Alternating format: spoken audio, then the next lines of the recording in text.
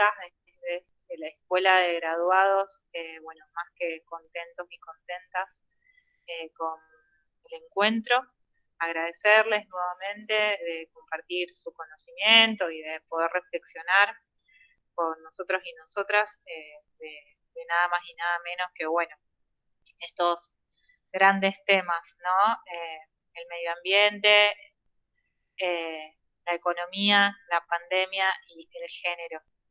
Así que bueno, muchísimas gracias y bueno, el coorganizador Jerónimo Insoaín, si está por ahí.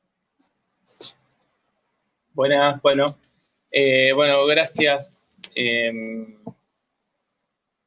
Muchas gracias a Lucía y a Guillermo por este rato que vamos a compartir y por la predisposición para la charla.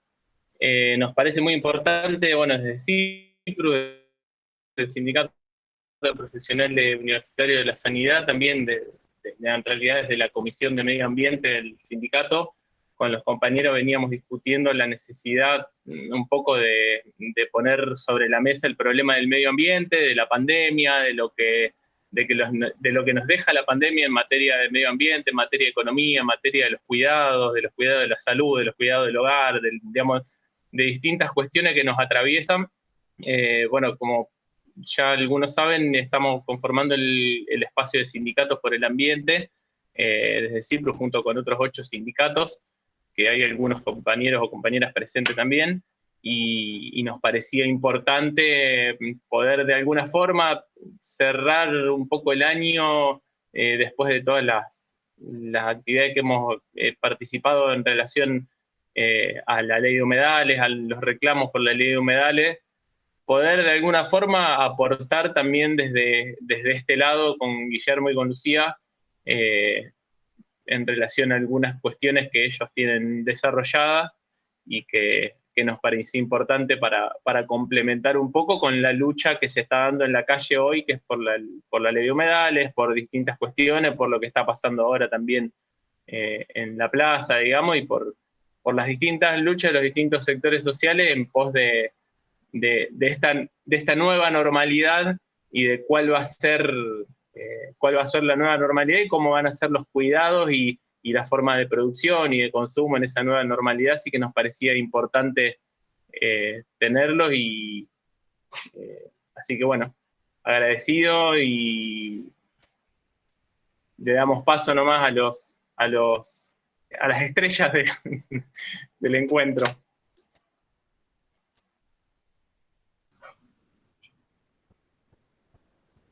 Bueno, voy yo primero.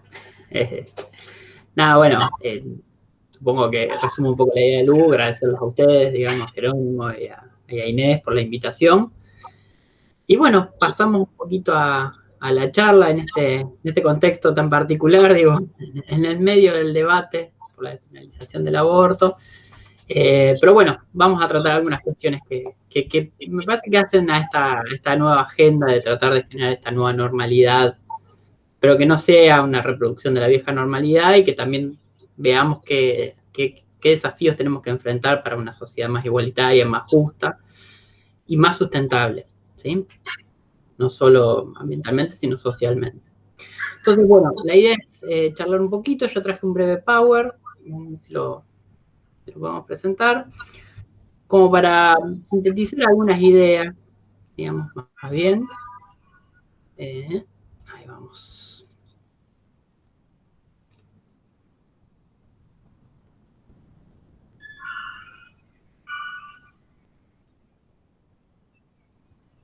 Bien. Bueno, digamos, yo particularmente, digamos, bueno, docente e investigador de la Facultad de Ciencias Económicas y Estadística de la UNR, trabajo con Lu en un proyecto de investigación que tiene que ver con economía y género, y también formo parte de este grupo GEAS, que es un grupo de estudios de economía, ambiente y sociedad.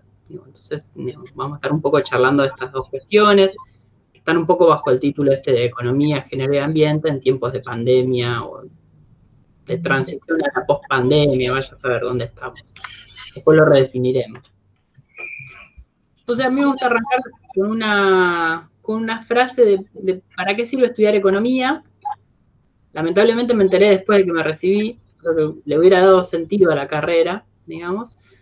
Joan Robinson, una economista mujer, dice, la razón para estudiar economía no es adquirir un juego de respuestas preparadas a preguntas económicas, la típica. La emisión genera inflación, la devaluación genera inflación, ¿por qué hay inflación? Digo, esas respuestas a preguntas preparadas, digamos, sino que ella dice, sino aprender a evitar ser engañados por los economistas. Digo, me parece que ahí hay algo que es interesante, que es empezar a sacar o develar un poco los mecanismos que tiene la economía para, de alguna manera, engañar a las sociedades o por lo menos legitimar ciertos discursos que no tienen, ni siquiera tienen a veces racionalidad. ¿Qué es la economía? No sé si nos vamos a meter en esa discusión, pero digo, habitualmente está circulando esta idea de que hay una economía real, aquello que tiene que ver con lo real, no se sabe bien qué es, pero aquello que tiene que ver con la producción de bienes y servicios, digamos. Y después está la economía financiera, que pareciera que se monta sobre esta estructura, y cada vez más estamos hablando en términos de economía financiera. Fíjense que las típicas preguntas de inflación, de evaluación, riesgo país, fondo monetario, renegociación de deuda, en realidad están hablando de la economía financiera. Digamos, no es noticia si sube o baja el desempleo, digamos. Entonces eso ya de por sí habla de cómo la economía financiera va tomando preponderancia y va dejando la economía real en un segundo plano. Pero ahí aparece siempre la economía, para los y las economistas, digamos, sobre todo de la ortodoxia, aparece la economía como un todo abstraído de la realidad social, de la realidad ambiental, o al sumo si aparece esa realidad social y ambiental está dentro de lo económico, ¿sí? Digo, yo escuché economistas hablando de si había que hacer o no cuarentena, digamos.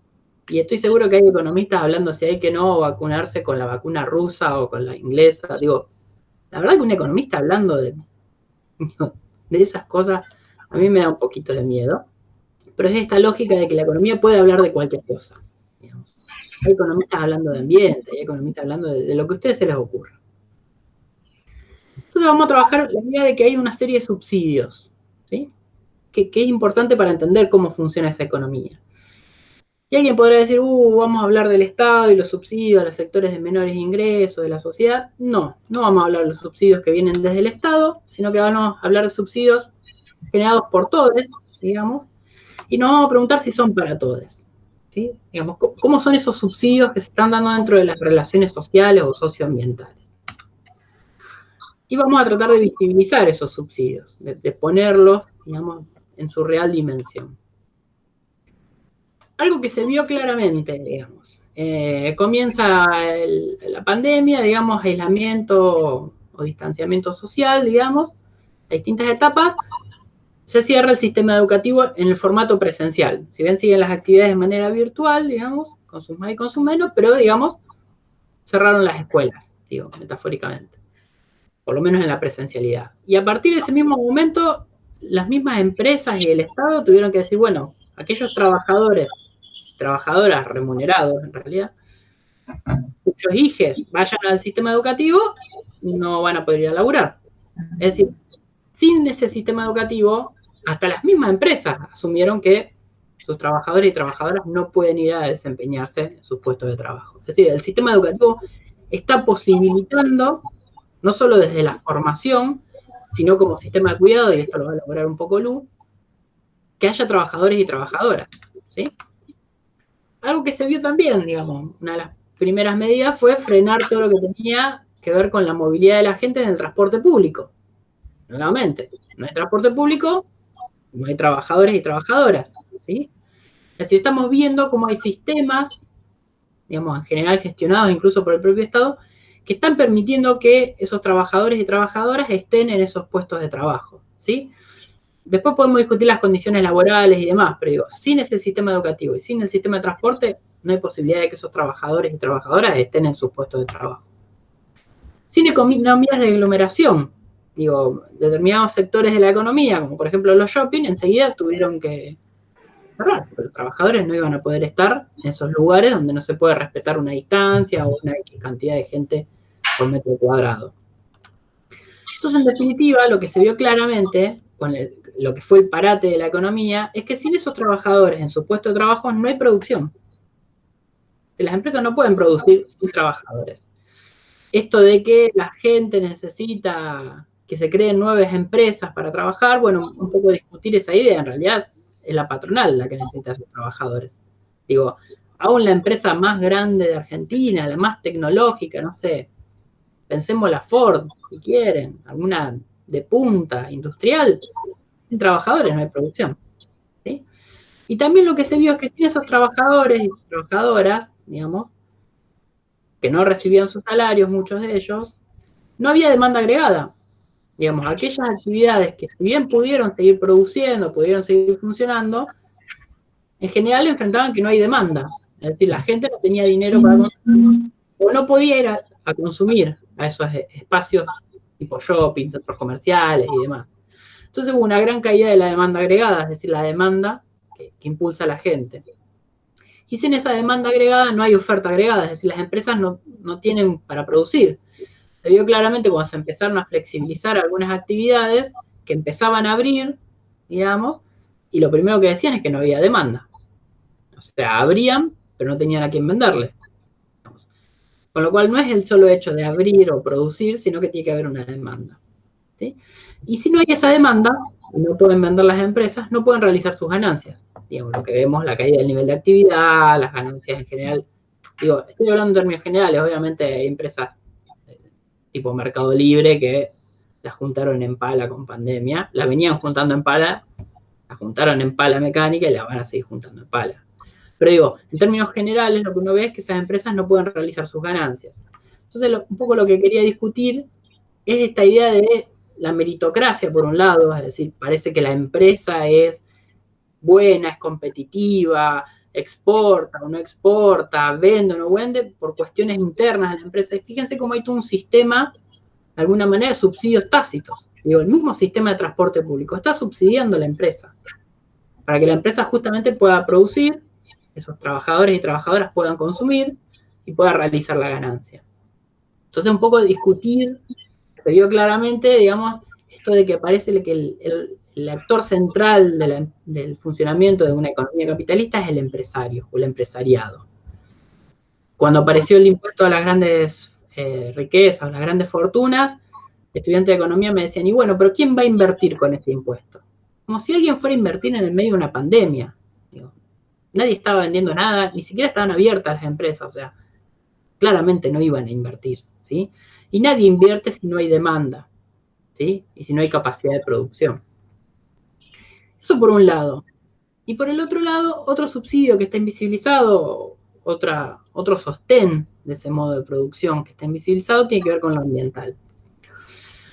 Y acá retomo brevemente una idea de la economía ecológica, del concepto de metabolismo socioeconómico. Digo, a largo plazo aprendimos en la escuela que los libros de cualquier empresa deben cuadrar dólar o dólar, dice Georges Courret, uno de los principales economistas ecológicos. Digo, aprendimos activo igual pasivo patrimonio neto. Quizás no entendimos bien por qué, pero era como una ley divina, digamos. El activo te tiene que dar igual a pasivo patrimonio neto. Haces algo, bueno, no importa, pero fíjate que dé la ecuación. En cambio, él dice que los libros de ecología nunca cuadran, digamos.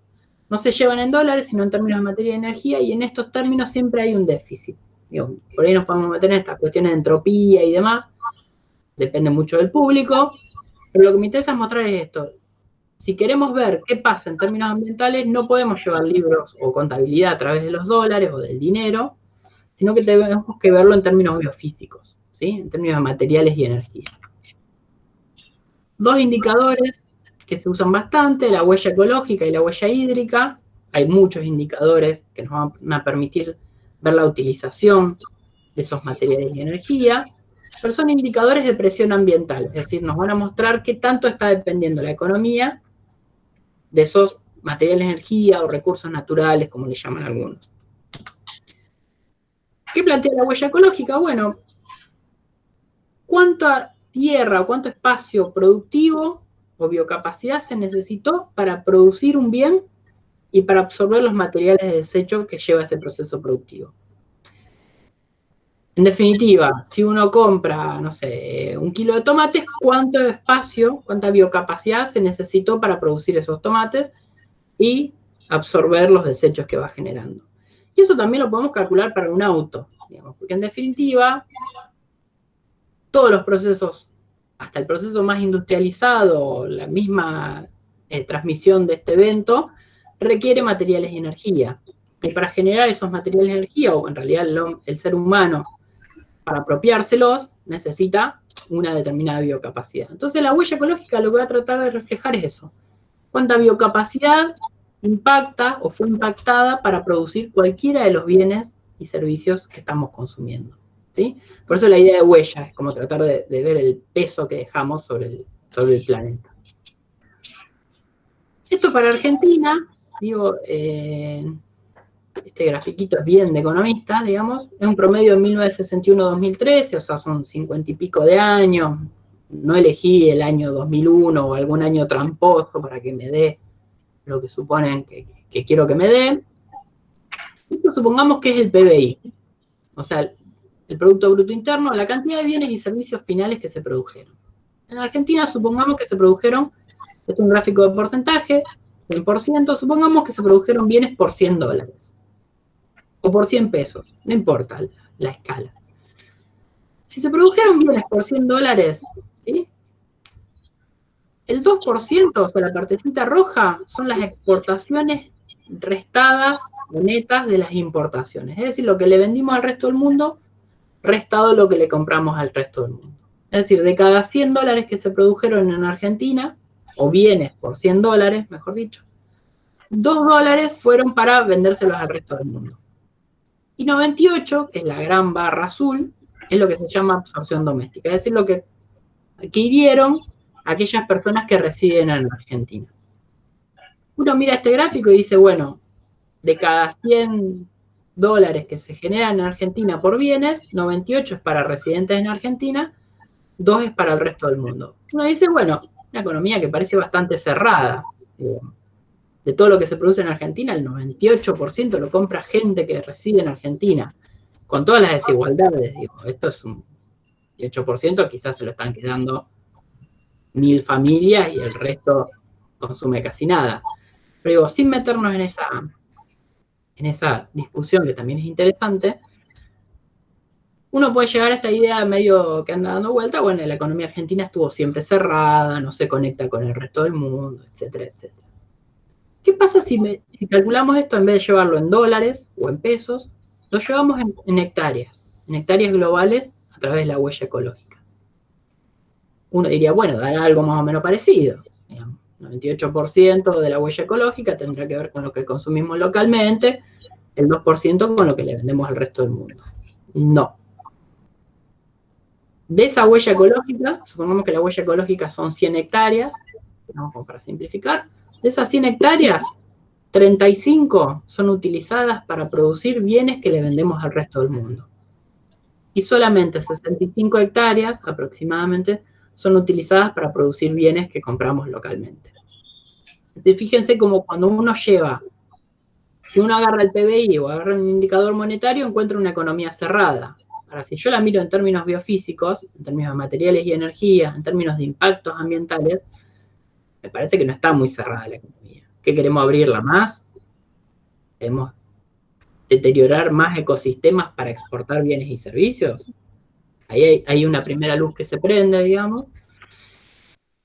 Un calculito muy sencillo, digamos, por las exportaciones estamos recibiendo 0,065 centavos de dólar por hectárea, o sea, no llegamos a un centavo de dólar por hectárea, pero fíjense que lo que consumimos domésticamente, si la barrita azul, la relación entre las dos barritas azules, es de $1,46 por hectárea.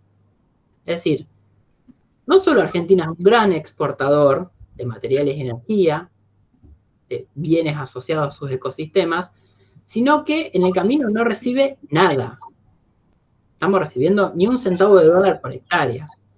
Los bienes que consumimos domésticamente pagamos más de $1, casi $1,50 por hectárea. Es decir, claramente somos un país exportador de muchos materiales de energía y muy mal pagos. casi que están regalados, digo. No es la época de la colonia, pero un neocolonialismo, ¿sí? Brevemente, huella hídrica, o sea, el mismo cálculo cambia el periodo de tiempo, pero fíjense el PBI en dólares, 98%, 99% producción doméstica, 1% exportaciones, ¿sí? Cuando vemos la huella hídrica, más del 60 y pico por ciento, del 63% creo que era, está asociada a bienes que son exportados. O sea, básicamente somos exportadores de material de energía y muy intensivamente de agua, de recursos hídricos. Ni quiero hacer la cuenta de cuántos dólares se recibe por eso. Digo, nos pegamos un tiro inmediatamente. Entonces, claramente, hay un subsidio que está generándose. Digo, habíamos visto un subsidio invisibilizado, vemos un segundo subsidio invisibilizado que tiene que ver con las relaciones entre países. Es lo que se llama intercambio ecológicamente desigual. No voy a ahondar en esto, pero lo que me interesa mostrar es cómo el centro, o los países centrales, que son aquellos que compran estos bienes, por los cuales entregan muy pocos dólares y reciben bienes muy intensivos en materiales de energía, de alguna manera empiezan a jugar este juego de nosotros hacemos la transición socioecológica, prohibimos el glifosato, buenísimo, prohibimos el glifosato en Europa, pero claro, compramos bienes producidos en la pampa argentina que tienen glifosato. Es decir, lo que hacemos es tercerizar ese impacto, ¿sí? Y además están generando una dinámica de tercerización de los conflictos. Todas estas cuestiones de la quema de humedales, la conflictividad que genera, la conflictividad por las fumigaciones, en realidad tiene que ver con esto. Con bienes que encima estamos exportando. No es que viene una conflictividad socioambiental asociada a niveles de vida más altos de la población y uno entra en una tensión sociedad-ambiente. En realidad, nos quedamos con todos los impactos ambientales, con todos los conflictos. Los estados locales tienen que reprimir habitualmente esos conflictos. Y después, por el otro lado, los países centrales dicen, nosotros estamos haciendo la transición ecológica, prohibimos el glifosato, no tenemos megaminería, cielo abierto, prohibimos el fracking, etcétera, etcétera, etcétera. Es decir, hay un doble estándar que está jugando y que de alguna manera es otro subsidio que está invisibilizado. Como para cerrar, digamos, esa economía real que parecía impoluta, que incluso se anima a hablar de vacuna y de pandemia, en realidad son todas sustentadas sobre dos pilares. Uno que estuvimos viendo tiene que ver con la naturaleza, con la ecodependencia. No hay proceso productivo ninguno posible sin bases materiales. Y ahora con Lu vamos a charlar un poquito de esto del trabajo no remunerado y la interdependencia a partir de la lectura ecofeminista. Bueno, entonces ahora, hola a todos. Voy a compartir yo mis diapos. A ver.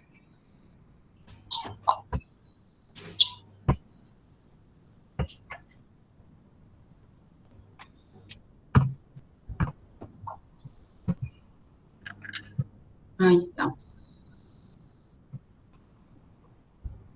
Bueno, ¿están viendo mi pantalla? Ahí sí. Ahí va. Bueno.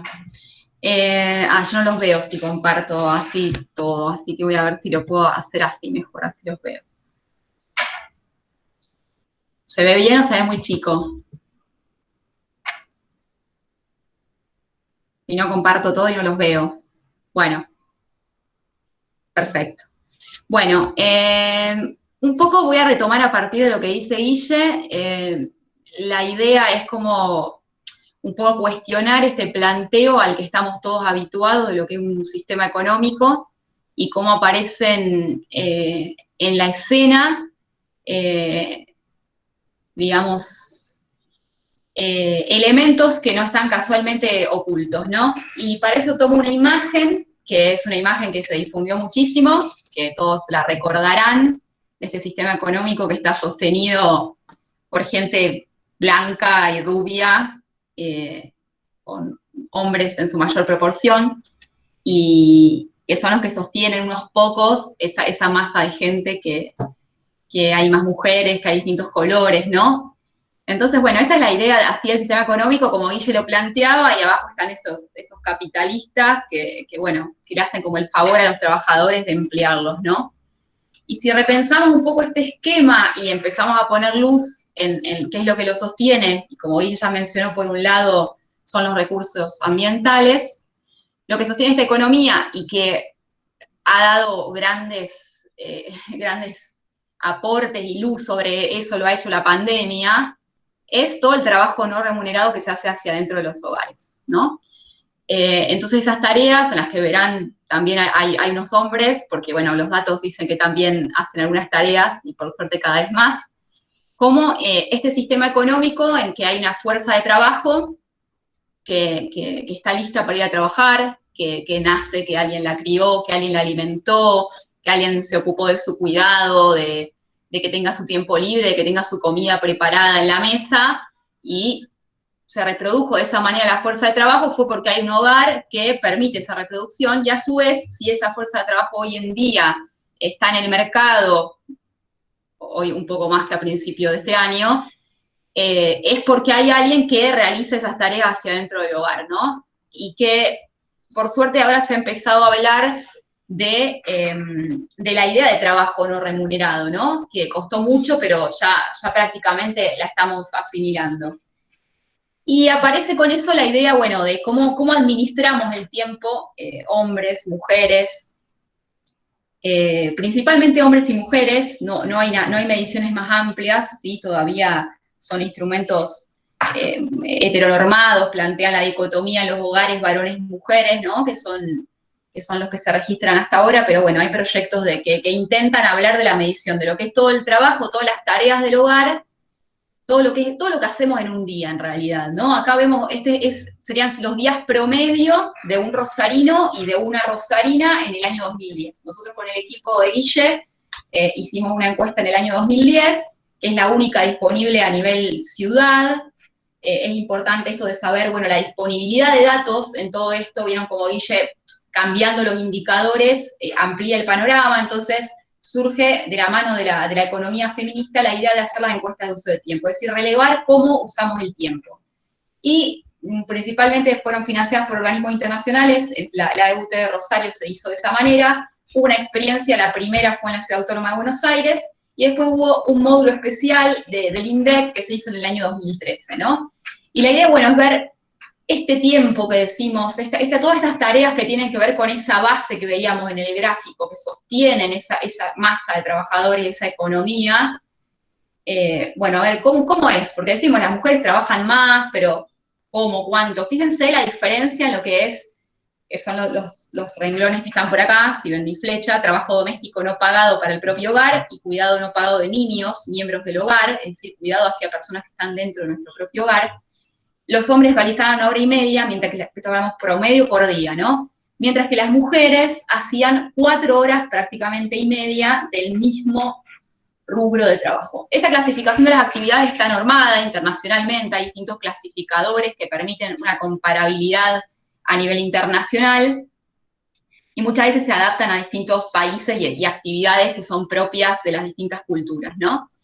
Entonces, fíjense, cuando uno ve el resto de las actividades, ve, por ejemplo, el trabajo para el mercado, están los hombres que tienen 5 horas y las mujeres 2 horas 40, hay una brecha que tiene que ver con la inserción en el mercado, es decir, además de la que las mujeres tenemos menor inserción, esa inserción es en menor cantidad de tiempo, menor salario, pero nosotros también tenemos una jornada que está por fuera del trabajo para el mercado, es decir, que si nosotros miramos, de vuelta vamos con las barras, fíjense que el eje es de horas, vemos la jornada para el mercado que tiene un hombre es en promedio, ¿sí? Aportan todos en ese promedio, los que trabajan 9 horas, los que trabajan 2, los que trabajan distinta cantidad de horas, ¿no?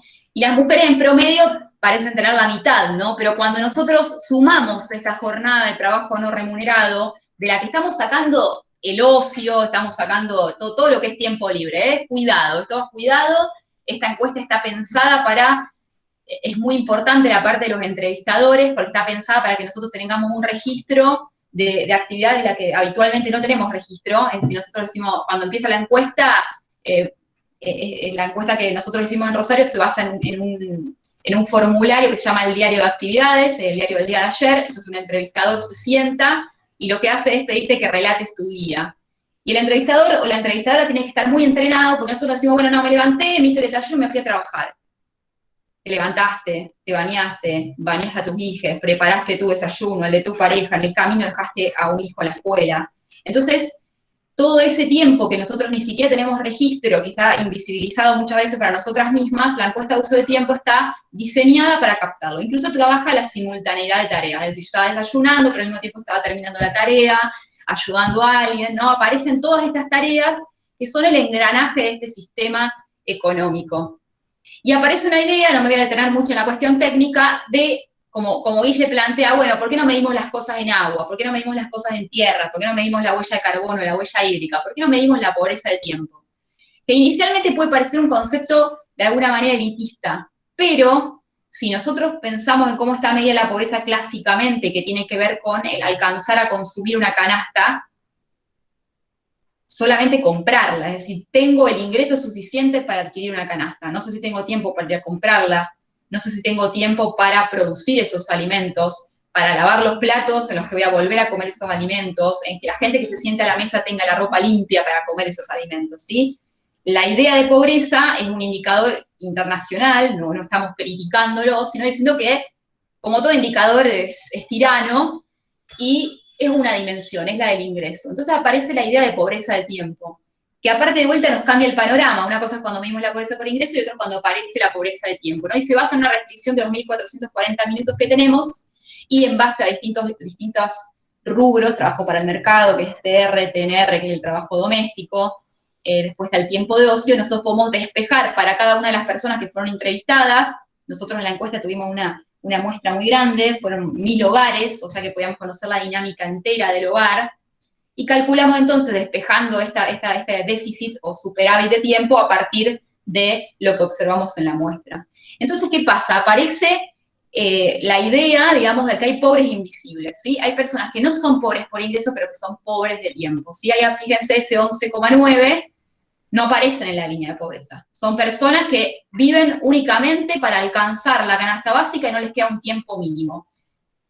Que podemos pensar también que hay posibilidades para los que tienen un excedente en el ingreso de comprar sustitutos en el mercado. Yo puedo comprar sustitutos de tiempo, que muchas veces para las mujeres redunda en explotación de otras mujeres, ¿sí? Porque el sistema de lo que es cuidado siempre se basa en una cadena en la que siempre son grupos vulnerables. Son las mujeres vulnerables en la práctica, lo comprobamos con los datos, las mujeres que hacen un trabajo de cuidado porque se cree que hay una cuestión natural en la que tienen características propias para hacer ese cuidado.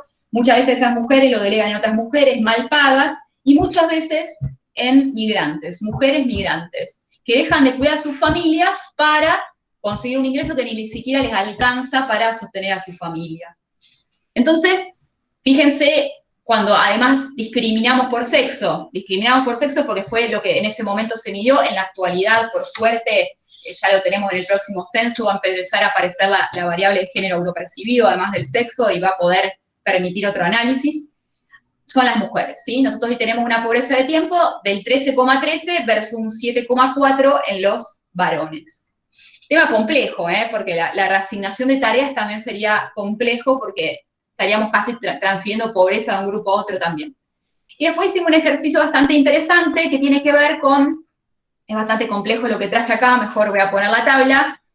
Lo que hicimos en realidad fue modelar a través de un modelo que se llama modelo Logic, que lo que modela son probabilidades, o probabilidad de ser pobre de tiempo o no, y descubríamos que esa probabilidad de ser pobre de tiempo, fíjense que es el número que está en rosa, es decir, las mujeres tienen una chance, en realidad se habla de chance, de acuerdo a la teoría del modelo Logic, tienen casi 3 veces más chance de ser pobres de tiempo las mujeres que los varones cuando tienen el secundario incompleto. Esto se empareja un poco con el secundario completo, pero siguen siendo las mujeres las que tienen más chance, pero se sostiene también con el universitario y fíjense que nuevamente aumenta. Entonces, como con Guille lo que tratamos de hacer es decir, bueno, a ver, ¿cuáles son los paradigmas que nos dicen? Bueno, pero si ustedes se capacitan y ustedes trabajan, bueno, pero ¿qué pasa con las mujeres? ¿Qué pasa cuando nosotros después tenemos una carrera universitaria y seguimos haciendo las tareas que hacíamos, más otras? Bueno, y en eso nosotros tuvimos la suerte de poder trabajar en un proyecto que fue una encuesta de uso de tiempo del Sistema Científico Tecnológico de la provincia de Santa Fe, que no nos vamos a meter en esos resultados, pero que permitió andar en este análisis que surgió a partir del año 2010. ¿Y qué pasó con el COVID? Con el COVID pasaron un montón de cosas en relación a lo que es el trabajo no remunerado. Primero estoy investigando la situación actual. Las encuestas de uso de tiempo en muchos países son telefónicas, o sea que eso, viene zafando, porque fíjense que acá la EPH tuvo que pasar la encuesta permanente de hogares, que es lo que se usa habitualmente para relevar todas las estadísticas que tienen que ver con empleo, tuvo que pasar a telefónica, lo que también distorsiona la medición, porque estadísticamente lo ideal es siempre tener la misma forma de medición para tener una comparabilidad. Pero se siguieron haciendo en algunos países, en Reino Unido, en Estados Unidos, hay publicaciones relativas a Asia, y en algunos problemas hubo, por ejemplo, en algunos países hubo problemas con el call center que lo hacía, ¿no? Entonces, hubo que reestructurar la forma en la que se relevaron los datos durante la pandemia. Claramente pasaron disminuyeron la cantidad de horas de lo que tiene que ver con el trabajo pago hacia afuera del hogar, y con el cuidado también hacia afuera del hogar. Y ahí aparece también un engranaje clave, que nosotros también tuvimos un trabajo en el que nos dedicamos a ver el rol de los adultos mayores como cuidadores, que eran principalmente los que iban a cuidar a la casa, por ejemplo, de sus hijos, de sus hijas, ¿no? Nuevamente aparece, este conflicto entre lo que puede ser una cuestión más vinculada al deseo del cuidado y una obligación, de vuelta como engranaje de la economía, que pareciera que hacia dentro del hogar la familia se arregla, el medio ambiente se arregla y la economía son todos estos empresarios que tienen que estar contentos para invertir, pero hay una familia que sostiene, había una abuela, un abuelo, digo una abuela porque en primer lugar son las mujeres las que realizan la tarea de cuidado, y eso lo podemos ver justamente a partir de la encuesta de uso de tiempo, y aún después de la jubilación son las mujeres las que tienen a cargo el cuidado de los menores, de las personas con discapacidad cuando están en la casa. Pero con la pandemia pasaron algunas cosas interesantes. Encontré resultados que hablaban de que tomó auge la encuesta de uso de tiempo, ¿sí? Como que cobró auge, como diciendo, che, qué importante esto, cómo notamos que la escuela cumplía un rol de cuidado, que cómo las mujeres hacen malabarismo para hacer su trabajo y las tareas y acompañar a los chicos en la escuela. Y aparecen entonces un aumento en hombres y en hijas en general en la participación de las tareas del hogar, como si hubiera habido una especie de caída en cuenta de lo que implica las tareas del hogar, ¿no? Entonces, si bien las mujeres, como dice esto, gastan más tiempo que los hombres en el trabajo doméstico y de cuidado, ha aumentado las mujeres, pero también ha habido un aumento en los chicos, de las chicas que hay en la casa, y de los hombres. Igual se detecta como una diferenciación de tareas, es como que, viste, siempre los hombres parecería que se dedican más a lo que tiene que ver con compras, arreglos de la casa, y las mujeres con la limpieza y la comida. O sea que aún, en cierto avance, sigue habiendo todavía un sesgo de género en lo que es la distribución de las tareas. Esta foto es una foto que tiene unas mujeres ilustrando un informe, que es justamente una mujer que está haciendo las tareas del hogar, está lavando, y está acompañada por su hijo que no puede asistir a la escuela. Bueno, fíjense que hay varios informes que obviamente son informes preliminares, que hay que estar atentos a esta cuestión de que ha habido diferencias en la medición, hay que ver qué pasa un poco cuando se contrastan datos de distintos países. Ha habido una cuestión vinculada al aumento de lo que tiene que ver con las tareas del hogar, la cuestión es de que los hombres están trabajando más, las hijas, los hijos, pero fíjense que el aumento también es más de las hijas que de los hijos, ¿sí? Y después también hay una cuestión vinculada al trabajo doméstico, que ha habido los que tenían posibilidades de contratar, o sea, es una cosa un poco compleja porque hubo muchos despedidas, porque principalmente un trabajo feminizado, casi el 99% en Argentina de las trabajadoras domésticas son mujeres, que le han pedido que trabaje más horas. Entonces, bueno, es como que aparece una diversidad de conflictos que la pandemia ha logrado de alguna manera visibilizar. Entonces, si repasamos los datos antes de la pandemia, después de la pandemia, hace 10 años, y ahora los datos siempre dicen que las mujeres dedican mucho más tiempo a las tareas del hogar que los hombres. El problema es qué hacemos con esos datos, ¿no? ¿Qué políticas públicas tienen que aparecer de la mano del análisis de esos datos? No quedarnos en esos números en los que ya, bueno, le pusimos todos los indicadores que importaban, abrimos la idea de medir la pobreza de distinta manera, pero aún, ¿qué es lo que pasa con los datos, no? ¿Qué hacemos con esos datos? Entonces, si bien la pandemia logró como como a poner el foco sobre esto del trabajo no remunerado, como que la encuesta de uso de tiempo se viene haciendo hace mucho tiempo, tuvieron un auge con la ola feminista y después se había empezado como ya a bajar un poco, ahora se incorporaron en lo que es el sistema de estadística nacional, es decir, la batería de indicadores que se hacen habitualmente. Argentina tiene una planeada. Y, bueno, repensar qué hacemos, ¿no? Un poco Guille también lo planteó, el sistema de cuidado que está muy ligado a los lugares de trabajo, a pensar también la tarea de cuidado como una cuestión comunitaria, ¿no? No como de puertas hacia adentro del hogar, es comunitaria, o sea, yo no tengo hijes, pero el cuidado es comunitario, o sea, el sostenimiento del sistema es una cuestión que no es uno a uno, ¿sí? Es en comunidad. Bueno, entonces, de alguna manera, lo que sí pude ver es que durante la pandemia, por más que hubo un aumento, también esto tomó auge.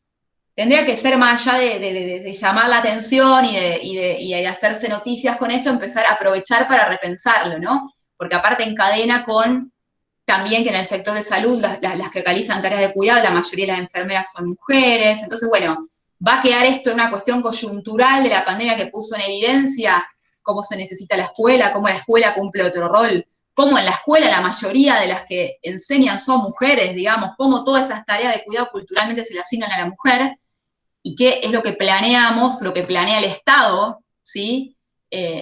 O la misma sociedad exigir en base a estos datos. Bueno, era un poco lo que les traíamos con Guille para mostrarles.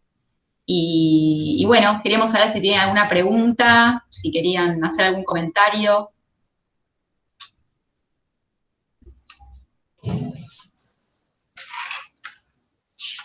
Bueno, gracias Lucía, gracias Guillermo.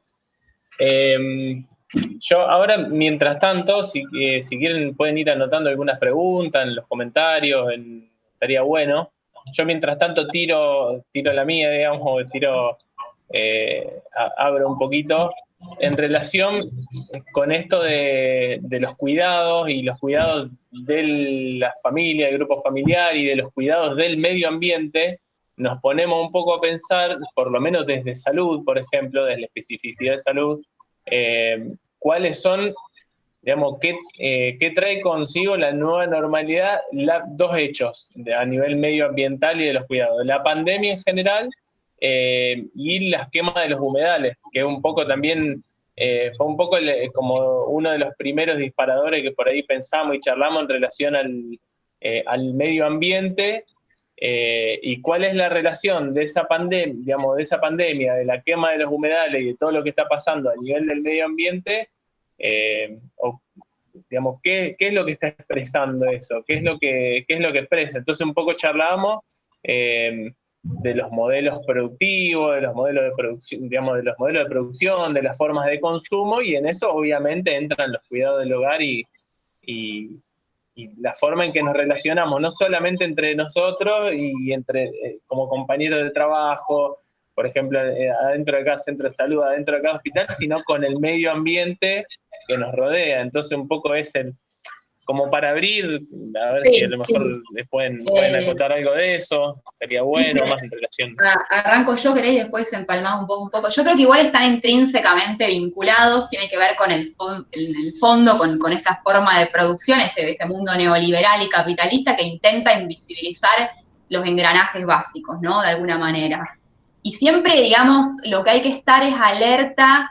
Con Guille veíamos un libro de economía feminista de los 90, estamos hablando, no estamos hablando de nada nuevo, en el que cuando se empezaba a tomar en cuenta la cuestión del trabajo no remunerado, se usaba muchas veces porque dibujaba en el mapa el desempleo de alguna manera. Entonces, hay un interés cuando lo mainstream empieza a captar una temática que vos decís, ¿por qué están mirando esto?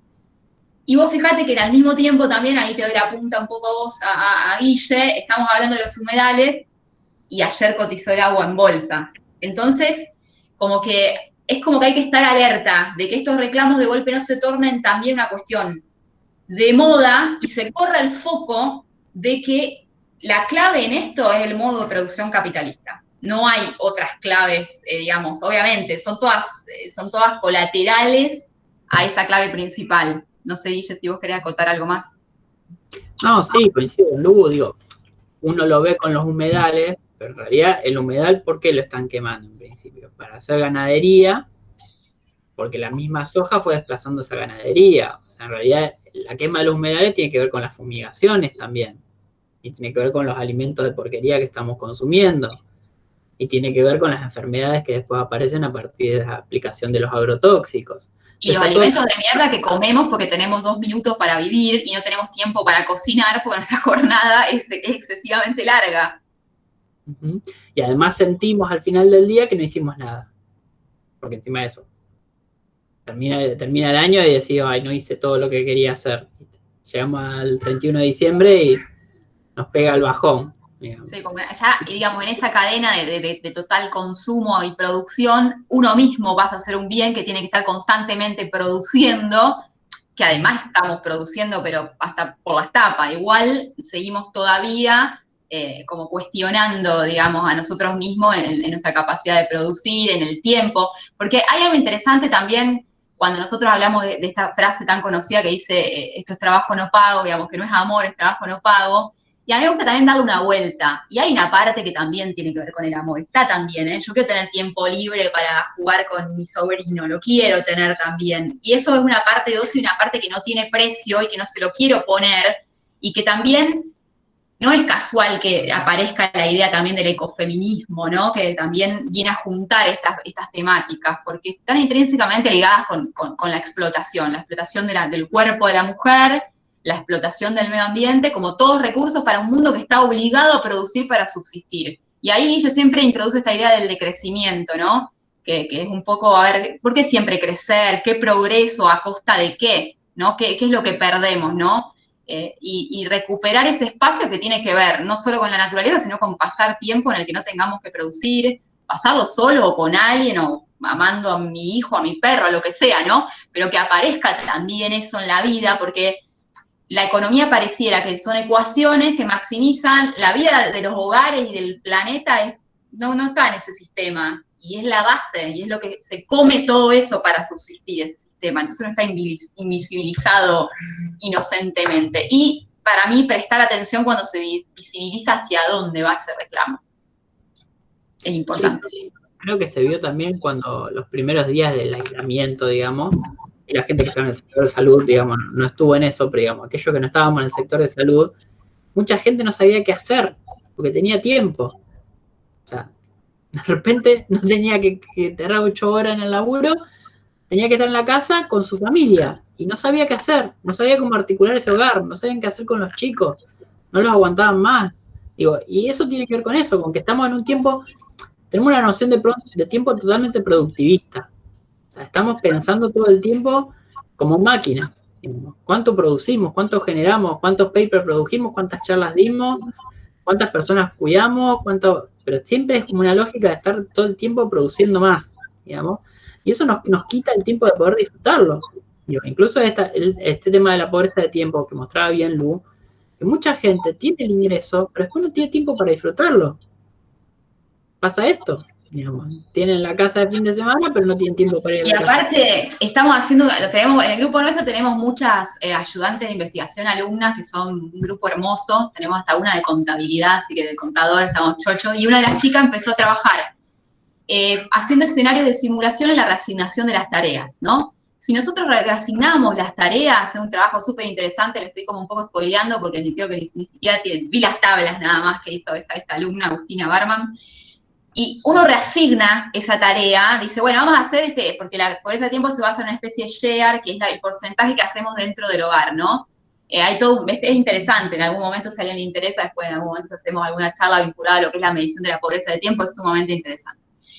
Y veíamos que si se asigna, se piensan otros escenarios, después a los hombres tampoco les da el tiempo. O sea, si nosotros hacemos 50 y 50, la jornada de que tienen ellos para el mercado, que no estoy diciendo bien, mal, correcto, incorrecto, no estamos entrando en eso, estoy diciendo que en los datos nosotros tenemos menor inserción laboral en la cantidad de tiempo. Y hacemos más trabajo no remunerado. Pero cuando hacíamos una distribución, se nos iba la pobreza de tiempo para el lado de los hombres. Se nos disparaba la pobreza de tiempo de hombres. Ya hay pobreza de tiempo en los dos, se disparaba. Entonces, también empieza esta cuestión de repensar la jornada, de repensar también esta cuestión, y es súper interesante ver el sistema científico-tecnológico de la provincia de Santa Fe, que estamos pensando en investigadores categorizados, que tienen posgrados, en los que la vida es una locura, en la que después ni siquiera llegan a un ingreso que se supone que uno, con cierta lógica meritocrática, debería acceder por lo menos a una mejor calidad de vida. No sé cuál es, porque tiempo no tienen, y el salario está complicado también. Entonces,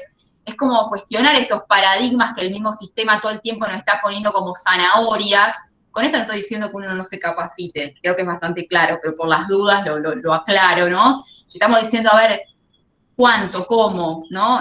Un trabajo que además, por ejemplo, tuvimos la oportunidad de hacer líneas de tiempo de varones y mujeres en el sistema científico, y veíamos un hombre en el que tiene 3 hijos, ni se mosquea, ¿viste? Se gradúa, postdoctorado, La mujer, un problema mínimo, digamos, un cambio en su vida, no un problema, sino una elección de ser madre, y su vida se trastocaba completamente. Y había líneas de tiempo que eran muy graciosas, porque tiene un hijo y se doctora. Eso era un hombre, no había ni que ir a ver el formulario, ¿no? Entonces, bueno, ¿cómo hay que...?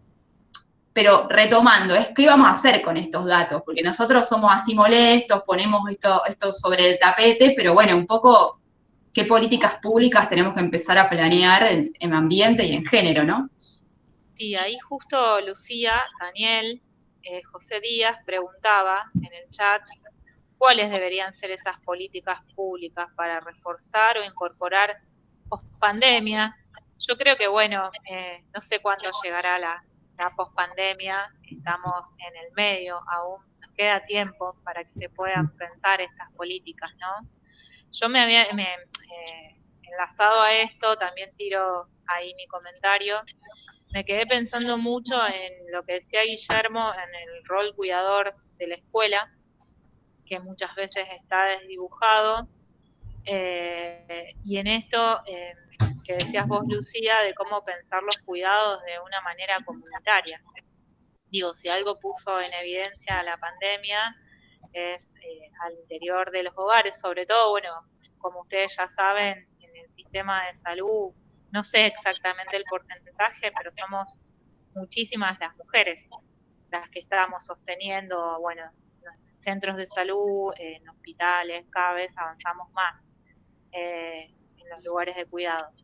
Las educadoras son la mayoría mujeres, digamos, y cómo cómo la pandemia viene de alguna manera a poner en evidencia esto. Y yo tampoco tengo hijos ni hijas, pero veo en la cara de cansancio, ¿no es cierto?, de las compañeras que están sosteniendo el trabajo, a su vez sostienen los cuidados en su casa, y pensando, ¿no?, en el tiempo y en el tiempo que nos queda transitar y en cómo uno soñaría que sea esta nueva normalidad, y si en algún momento podemos transitar la pandemia y dejarla atrás, ¿qué querríamos que se modifique, ¿no? O qué políticas públicas serían necesarias para pensar en esto de la pospandemia. Yo ahí jugaría con una idea, pero es bastante, sobre todo en medicina, digamos, es bastante trosca la idea. Creo que la pandemia empezó en los 70 y fue el neoliberalismo.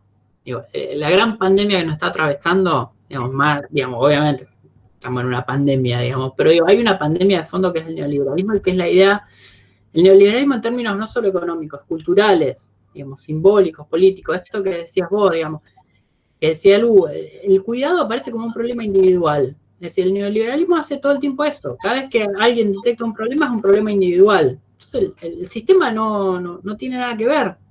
Digamos, por eso está la idea de cerremos las universidades, cerremos las escuelas, total, que la gente se arregle. Digo, la idea libertaria es el neoliberalismo en su máxima expresión. Que no exista el Estado y directamente, bueno, si querés usar barbijo, usalo, y si no, no lo uses. Si querés comprar la vacuna, te la comprás, y si no, no. Pero es la lógica del neoliberalismo lo que es muy peligroso, esa idea de que la salida es individual. Por eso va asociado a la meritocracia, porque la meritocracia es la zanahoria de mostrarte a algún meritócrata, digamos, que supuestamente llegó, lo cual es una falacia, porque digo, Messi tampoco llegó solo, digo, el Barcelona le pagó el tratamiento, digo, agarremos cualquiera de las personas que supuestamente llegan, digo, y Messi es súper habilidoso y no le voy a discutir las habilidades que tiene y lo que ha entrenado y toda la historia, Pero el tipo, entre una mezcla de lo genético y el Barcelona que puso un dineral de guita, digo. Y así pensemos cualquiera de los casos que estamos pensando, digamos. Y el neoliberalismo juega con eso todo el tiempo, con la idea de que se puede individualmente y que en todo caso, si no se puede, también es un problema individual. O sea, si a vos no te da el tiempo para disfrutarlo, y bueno, es un problema tuyo. Te hubieras esforzado más, hubieras estudiado biotecnología o bio no sé qué, que ganarías más plata y no tendrías ese problema. Y después pasa que vemos quienes estudiaron biotecnología y comprobamos que eso no sucede también. Entonces, está bueno cuando uno, porque aparte todo este sistema que Guille está claramente, yo coincido, y me parece que está bueno también que uno pueda plantear que el problema es el neoliberalismo y la discusión no se reduzca a eso, porque me parece la pregunta como práctica, no sé, sos comunista, como si fuera que uno plantea que hay un problema con el liberalismo y automáticamente o es comunista o quiere comunismo, como si no puedo. Dice, hay una filósofa que es muy buena que se llama Sarah Ahmed, ella dice, el capitalismo es el único sistema que se sostiene diciendo que es lo peor que hay, pero no hay otra opción, digamos, se sostiene de esa manera, como dice, bueno, vos querés salir del sistema, ¿no? Y de alguna manera, yo pienso que el problema justamente es este sistema y se dan cosas muy interesantes cuando uno ya, por ejemplo, ¿no? Cuando estamos pensando en estas cuestiones del cuidado, las cooperativas de cuidados trans, ya el género autopercibido femenino te liga a una cooperativa de cuidados, o sea, como que no hay salida, hay como una cuestión cultural donde lo ambiental y lo femenino están ligados como herramientas básicas de ese sistema neoliberal, digamos. Entonces, creo que está bueno poner el foco ahí. ¿Qué políticas? Principalmente las de cuidado, ¿no? Yo pienso, nosotros estábamos ahí, habían mencionado el tema de los sindicatos que están agrupando, yo soy de la gremial y soy de la conducción de la COA también en este momento, también tenemos a alguien ahí en la comisión, si no me equivoco, Claudia. Y los reemplazos, ¿cuántas de las personas que estuvimos en la universidad teníamos los hijos caminando por la cabeza? No es mi caso, pero mis compañeras que estaban en el medio de un Zoom y venían las hijas a preguntarle cosas y no se podían tomar licencia. Entonces yo creo, hay varias cosas, reclamar políticas públicas, reclamar al sector privado que tiene que hacerse cargo de ese cuidado, como siempre hay un ejemplo en Rosario que sabemos con Guille creo que es el SUIT que tiene guardería, que aparezca el cuidado que depende de la fuente de trabajo. Ese trabajador está ahí porque hay alguien que cuida a un hijo, entonces él tiene que aparecer ese cuidado, tiene que jugar ahí un rol, ¿no? Entonces, yo creo que una oportunidad es no ir para atrás con la que la pandemia puso en evidencia. Nosotras en mi facultad, que estadística, yo soy estadística y demógrafa, en estadística hay muchas mujeres. Cada vez que una mujer queda embarazada, el problema es cómo vamos a hacer con la cátedra, porque estadística no somos 50 millones, somos pocos, las cátedras son muy especializadas y chiquitas, hay 2 o 3 personas como mucho, y una mujer queda embarazada y no sabemos cómo hacer.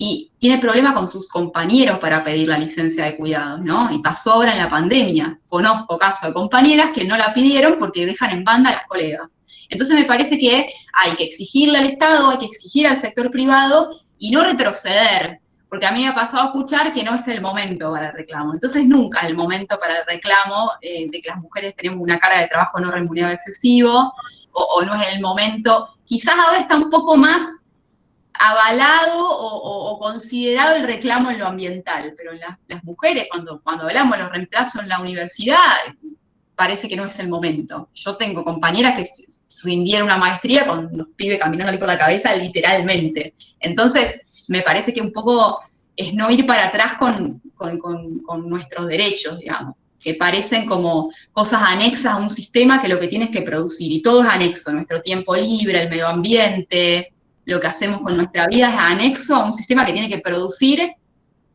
así la gente salga y se muera para producir, que es lo que comprobamos en la pandemia.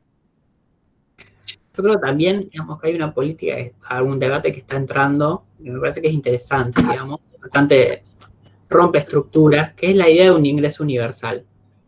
O sea, de poder desligar el ingreso suficiente para poder vivir en una sociedad capitalista. O sea, fíjense que el ingreso universal no es nada comunista, es darle la plata a la gente para que pueda vivir en un sistema capitalista, digamos, retomando un poco lo que decía Lu, digamos, te quedas dentro del sistema, pero desconectar el ingreso las condiciones de vida de la necesidad del trabajo, del esfuerzo, del sacrificio, del sudor, de esa lógica perversa, porque en realidad tampoco funciona. Porque digo, si hay gente que pone mal el lomo son los obreros de la construcción y ninguno, digo, nos construyen las casas, pero ellos de pedo tienen un rancho, ¿se entiende? Entonces, me parece que la idea de un ingreso universal, obviamente un ingreso universal que implique redistribución del ingreso, digo, no es solo darle ingreso a la gente que no tiene un laburo o que no tiene ese ingreso necesario, sino también captarlo de algún otro lado. Pero me parece que ahí hay algo interesante que es empezar a desmercantilizar esa relación, es decir, que uno no tenga que estudiar 5 años en la universidad para obtener un título de grado, para ir a laburar, porque es la única forma de sostenerte. Pues en realidad uno termina haciendo eso, es decir, digamos, uno le encuentra, o quizás en la docencia, una vuelta de, bueno, por lo menos con lo investigamos cosas que nos interesan, pero después yo tengo que ir a dar macroeconomía 1, un modelo de 2 curvas que se cruzan, digamos, porque terminás viviendo de eso, ¿se entiende? Y entonces está mercantilizada esa relación. Si yo voy de la clase porque me pagan un salario, es decir, puedo llegar a odiar mi trabajo tanto como el gomero o el ferretero, ¿se entiende? Y ahí hay algo del placer que se perdió, y hay algo del disfrute del tiempo que se perdió. Entonces me parece que la propuesta del ingreso universal, para charlarla a rato largo y tendido, pero me parece que apunta a eso, un poco primero a desmercantilizar esa relación, digamos, y también un poco lo que decía Lu, reasignar, pensar digamos, romper la lógica de la acumulación y del crecimiento y pensar en una lógica de redistribución.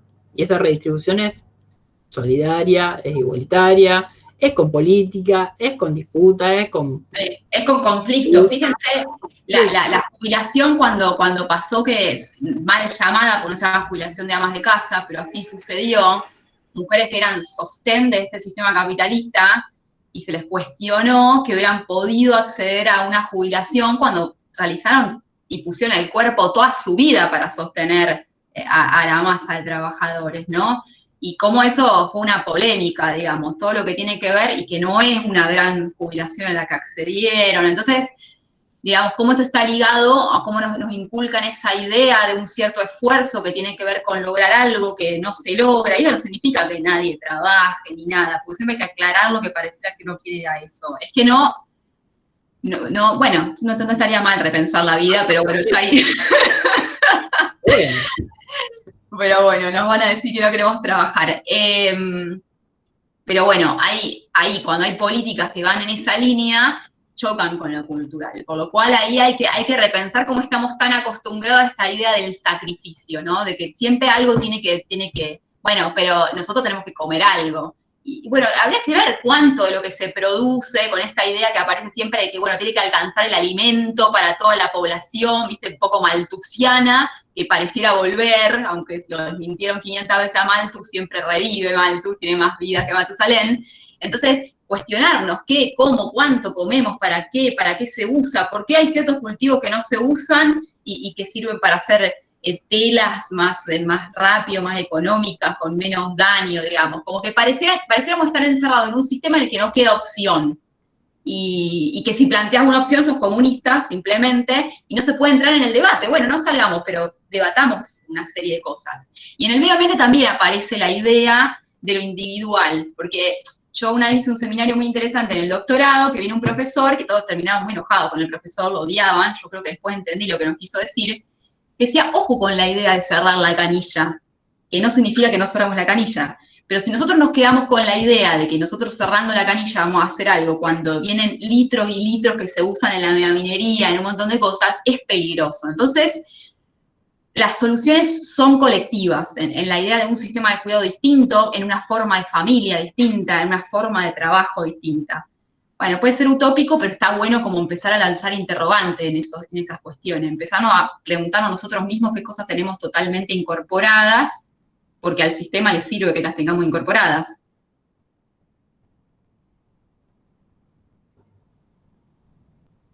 ¿Preguntas? Había gente haciendo anotaciones ahí, deben tener preguntas.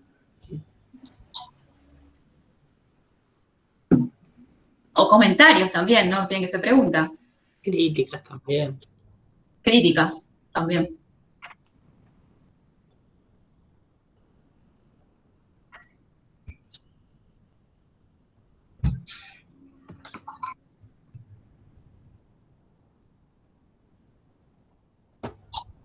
Bueno, acá hay una pregunta de Andrea, que bueno, es bastante más técnica.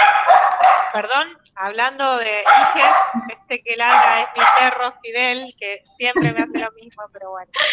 Andrea dice, consideren que la solución para disminuir la contaminación sea pasar de una economía lineal a una economía circular. Sí, es más técnica, digamos, la pregunta. Yo, a ver, creo que el problema, digamos, podemos pensar, los problemas en general se piensan desde dos lugares, digamos. O sea, uno puede ver, de alguna manera, la foto, la película, la masa, la taza. Yo creo que, digamos, podemos pensar en mejorar procesos productivos, ¿sí? No sé. Digo, el reemplazar la lámpara, la lamparita clásica por la bajo consumo, por la LED, son todos procesos que van generando un menor impacto ambiental, en teoría, ¿sí? Porque son procesos más eficientes.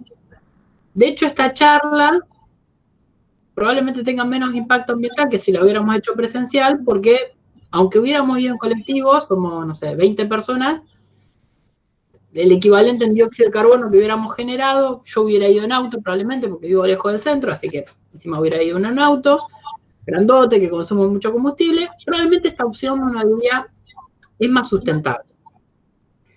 Yo creo que a veces es parte de esto que hablamos con Lu, cómo el sistema nos engaña con esa pequeña zanahoria, de pensar de que estos cambios, si bien pueden ayudar, en realidad el problema que tenemos nosotros es de la masa. El problema es el nivel de consumo de cosas que estamos consumiendo. Obviamente, hay procesos productivos muy malos atrás de eso, ¿sí? Pero aún sin esos procesos productivos muy malos, el gran problema que tenemos como sociedad y que estamos generando en el ambiente es la masa de lo que estamos generando, ¿sí? Digo, se vio claramente cuando empieza la pandemia todo el tema de los vuelos aéreos y el turismo. Entonces ahí aparece una pregunta, digo, de nuevo lo que decíamos con Lucía, bueno, ¿la realización es irse a Europa a 30 días en avión? ¿O en realidad las vacaciones podrían ser, no sé, mucho más cerca de casa? Digo, empezar a discutir eso. Yo entiendo la idea de la economía circular, de reutilizar materiales y energía y demás, tiene límites. Digo, la energía no se puede reutilizar, es una cuestión muy técnica.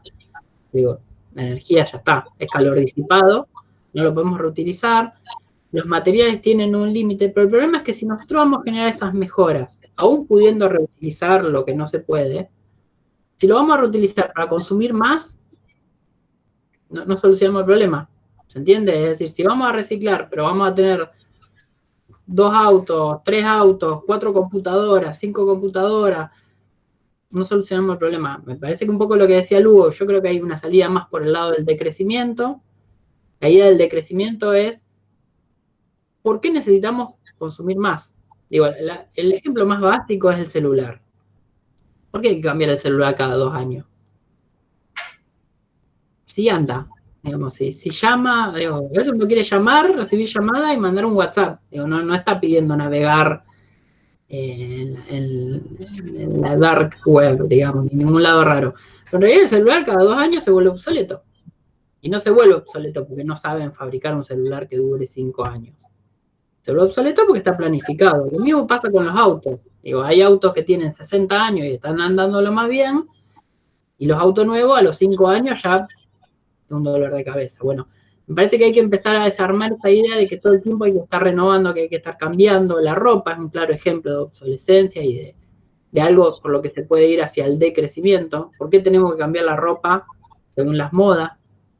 Según las esta filósofa que yo planteaba, que es Sarah Ahmed, que tiene una crítica al concepto de felicidad, que es muy interesante, plantea la idea de objetos felices.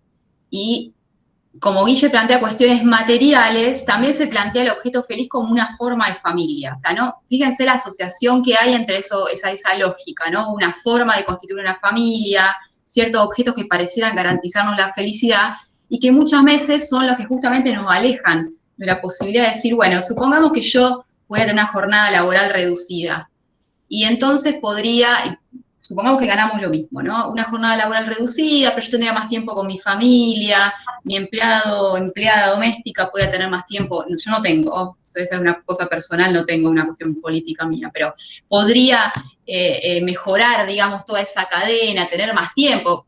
De base el salario debe ser digno, pero más allá de eso podría decir, bueno, tengo menos tiempo, hago yo una tarea que tiene también que ver de limpieza, que tiene también una cuestión de ser consciente de lo que uno mismo daña, ensucia, etcétera. Entonces, bueno, esa idea de objetos felices que plantea Sarah Ahmed está muy ligada a esto del consumo continuo, a la idea de una forma de familia y de cuidado que también uno se plantea romper, ¿no? Al cuidado como algo colectivo.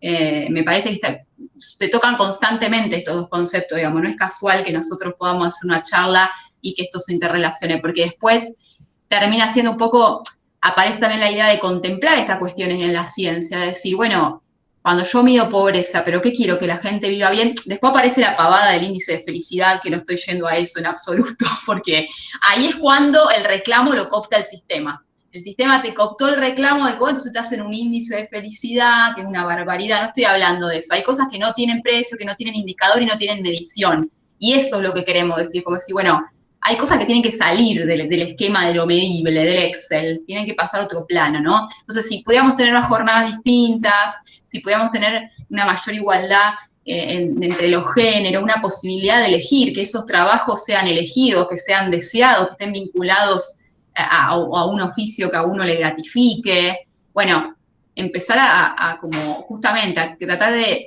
porque por ejemplo con el debate de la economía feminista aparece la idea de remunerar el trabajo no remunerado, y nosotros pensamos, ¿cómo? ¿Vamos a abrir otro mercado? O sea, además de que tratamos de generar esto, vamos a abrir otro mercado en el que probablemente estemos mal pagas, y empiezan a aparecer empresas que aparecieron en la pandemia, estaban las famosas que promocionaban sus empresas de no sé qué cuestión. Entonces, no ceder terreno al mercado, es desmercantilizar la mayor parte de la vida que podamos de alguna manera. Pero bueno, es principalmente una cuestión cultural. Sí, incluso desmercantilizarnos nosotros mismos como personas. Digamos. La misma idea del currículum vitae. Soy una mercancía, digamos. Soy una mercancía que tiene estas características y tengo que venderme para obtener un laburo. Digo, todo el tiempo está jugando eso. Las redes sociales son una remercantilización todo el tiempo. Uno es una mercancía en un punto. La producción científica que se cuantifica, bueno, yo estoy en CONICET, pero es la cantidad de artículos, ¿no? La calidad de ese artículo en función de lo que puede generar de forma disruptiva, ¿no? Y siempre, fíjense qué interesante cuando uno empieza también a cuestionar la forma en la que hace ciencia, porque eso es lo importante cuando uno empieza a meterse en estas cuestiones, es decir, ¿qué es lo que es conocimiento? Y ahí empieza esa supremacía de todas las ciencias duras sobre las sociales que muchas veces con un planteo de las ciencias sociales se logra modificar muchas más cuestiones.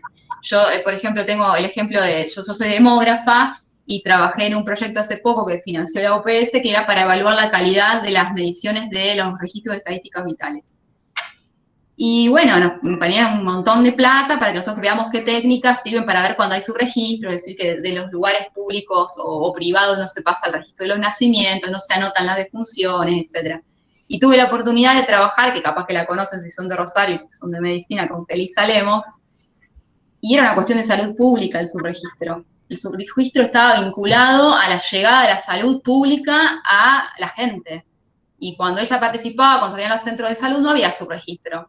¿Y qué otra política logró que no haya subregistro? Sacarle la arancel al documento. Entonces, muchas cuestiones que a veces son sencillas, que son cuestiones que tienen que ver con la escala, digamos, de intereses que tiene uno cuando planea un presupuesto, digamos, ella con recorrer el barrio y acercarse y preguntarle a las madres qué es lo que le había pasado, si habían perdido al bebé, acercarse, charlar con ellas, anotaban esa defunción, después se acercaban la próxima vez al centro de salud, modificaba toda una cuestión que es vinculada a algo técnico, que lleva ríos de fondos, y en el fondo se solucionaba con el acceso a la salud pública el subregistro. Es más, cuando se evaluó el subregistro a nivel nacional, Santa Fe y principalmente Rosario tiene una calidad muy alta, ligada a la visión de la salud pública, no a una modificación en los registros civiles.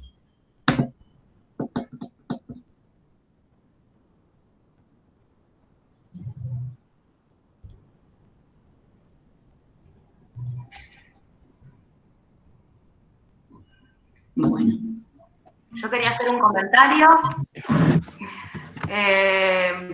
Bueno, yo soy Gabriela. Estoy en la comisión ahí de Salud y Medio Ambiente de Cyprus, que empezamos hace poquito. Y bueno, primero agradecerles también por toda la información. Y me parece que una de las cosas también importantes es que se pueda hacer circular, digamos. Son dos cuestiones que son también de mucho dato, digamos, yo lo ligo con todo lo que tenga que ver con ciencia digna, como decíamos, digamos, que son datos que no circulan. Me parece que esto de visibilizar, digamos, sobre todo cómo es la tercerización del impacto, digamos, esto que nombraba Santiago, y lo real de la huella ecológica, me parece, digamos, y todo esto que tenga que ver con políticas de cuidado, digamos, sobre todo, digamos, lo que pasa también al interior del sector salud, también esto pensaba recién en esto de los objetos felices, cómo se enlaza con todo lo que tenga que ver con voluntariado, vocación, Sí. residencia, y así se invisibiliza también lo que es el trabajo, digamos, como trabajadores. Y cómo es súper necesario llevar todo el tiempo esa discusión al interior de lo que es el sistema de salud. Y a la vez esto, digamos, que retomo esto de la ley de humedales, yo también estoy en la multisectorial, y también quiero nombrar, digamos, porque me parece un momento histórico en este momento lo que estamos transitando con la ley del aborto. Digamos, sabemos que esas leyes son como puntas de un iceberg, digamos, y que lo que enlazan en realidad es la discusión en el interior de lo que tiene que ver con políticas de cuidado en todos los sentidos. Cualquiera de las dos leyes, y todo el tiempo hay que ponerle como contenido, porque tampoco con la ley no vamos a hacer nada, pero bueno, es visibilizar todo esto al interior, y me parece que es re importante nuestro lugar, digamos, desde el lugar en que estemos, digamos, de poder seguir visibilizando y llenando de este contenido, no de otros contenidos al interior de los espacios. Así que bueno, agradecerles. Bueno, Bueno, creo que hay un buen ejemplo con el tema de la despenalización del aborto, es cómo desmercantilizar algo, digamos. Más allá de que, digamos, se están haciendo ilegalmente los abortos, se están haciendo con la lógica de una mercancía. O sea, si tenés plata, te lo haces. Si no tenés plata, inventá, tenés que ir a alguna de las formas que ni siquiera funcionan, digamos. Entonces, en realidad lo que hace la despenalización del aborto, entre otras cosas, porque no es como bien decías vos, de la punta de un iceberg, digamos, que está bueno, pero tiene esta lógica, por eso molesta al poder, porque en realidad está desmercantilizando, lo transforma en un derecho. El derecho no es mercancía, lo ejerzo si quiero, no lo ejerzo si no quiero, digamos, pero ya no es mercancía. Ya no depende de mi nivel de ingreso, no depende de mis condiciones de vida, de dónde nací, de mi color de piel, de nada. Es un derecho. Por eso les molesta mucho al neoliberalismo el aborto, la universidad pública. ¿Por qué le molesta a la universidad pública? le molesta el aborto principalmente en los países que ofrecen mano de obra barata. Sí, también. Pero digo, sobre todo le molesta esto de que es un derecho. Y al ser un derecho ya no es una mercancía. Lo que le molesta a la universidad pública no es que la pague con sus impuestos. Lo que le molesta es que la universidad pública, el docente, puede dar marxismo. Y no les gusta, y lo tendrían que echar al docente, pero el docente lo puede dar. Después capaz que nos echan. Pero digo, eso es lo que les molesta. Que el estudiante o que el demandante, digamos, no puede condicionar al docente. Vos en la universidad pública te tomás examen a 100 pibes o echás a 100 pibes, en la privada te echan. Y en la pública, no sé, digamos, te tratarán de... Tenés un montón de pibes en la puerta. Pero alguno incluso te sale a defender. Porque en realidad estás poniendo justamente, si los exámenes están mal, están mal. La salud pública, ¿por qué molesta? Por eso, porque tiene otro criterio, digamos. La discusión de si la vacuna va a ser obligatoria o no, la discusión que les molesta es si la vacuna va a ser un derecho. Porque, digamos, si vamos a empezar a vacunar con el criterio de, no sé, adultos mayores, personal de riesgo, no importa, fíjense que el criterio no es aquella gente que tiene más plata. Y eso es lo que les molesta. Porque la vacuna, bajo la lógica neoliberal, tiene que ser para los que tengan más guita. Primero esos, después los que tengan nivel de ingreso medio y último, los pobres. porque son los que menos valen, no valen ni la bala que los mata, dijo Galeano, que vayan último. ¿Qué es lo que molesta? Que la vacunación sea pública. Se vacuna con otro criterio. Después, fíjense que la discusión del criterio en sí no van a esa discusión. Lo que les molesta es que haya un criterio que se haya definido socialmente, políticamente, y que exceda al criterio del mercado. Y muchas veces hay que estar alerta, como digo yo, y me parece en lo ambiental y en la lucha feminista también, a que se coopte eso. Porque también los organismos internacionales, de los cuales nosotros somos usuarios de un montón de criterios para mediciones de pobreza, etcétera, muchas veces cuando la encuesta de uso de tiempo empezó a ser como muy masiva, de golpe se empezó como a correr. Vos veías personas que estaban casi de la antípoda de la lucha feminista trabajando con datos de la encuesta de uso de tiempo. Entonces siempre ver cómo el capitalismo es tan hábil que reinventa esas luchas y las lleva para hasta generar un mercado muchas veces. Entonces, bueno, me parece que ahí hay un desafío también de estar alerta cuando uno no pierda el foco de ese derecho. Generalmente es un derecho vulnerado detrás de cada faceta que sostiene el capitalismo.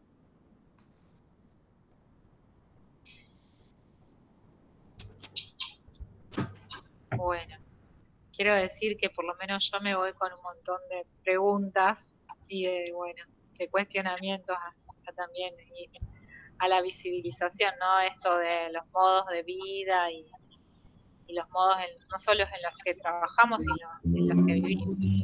Andrea preguntaba también, primero les agradecía, y qué soluciones pueden dar para romper con ese paradigma del techo de cristal en los salarios que presentan las mujeres y los hombres. Es decir, aunque tengamos el mismo nivel académico, los hombres, y optamos por el mismo puesto, sigue ganando más que las mujeres. Otra pregunta un poco técnica, pero bueno.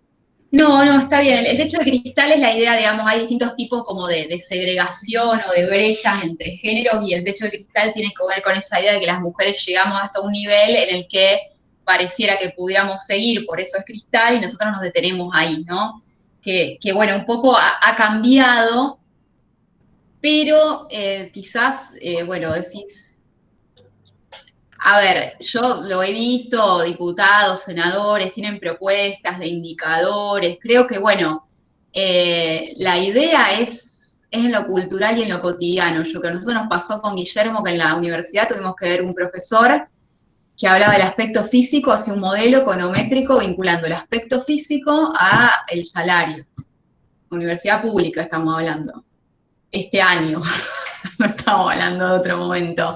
Entonces, por ahí también es la forma, yo creo que es un reclamo que está calando principalmente en las mujeres, que son las que sostenemos este sistema. O sea, no es que el patriarcado no se cae, pero porque hay muchas mujeres sosteniéndolo, principalmente.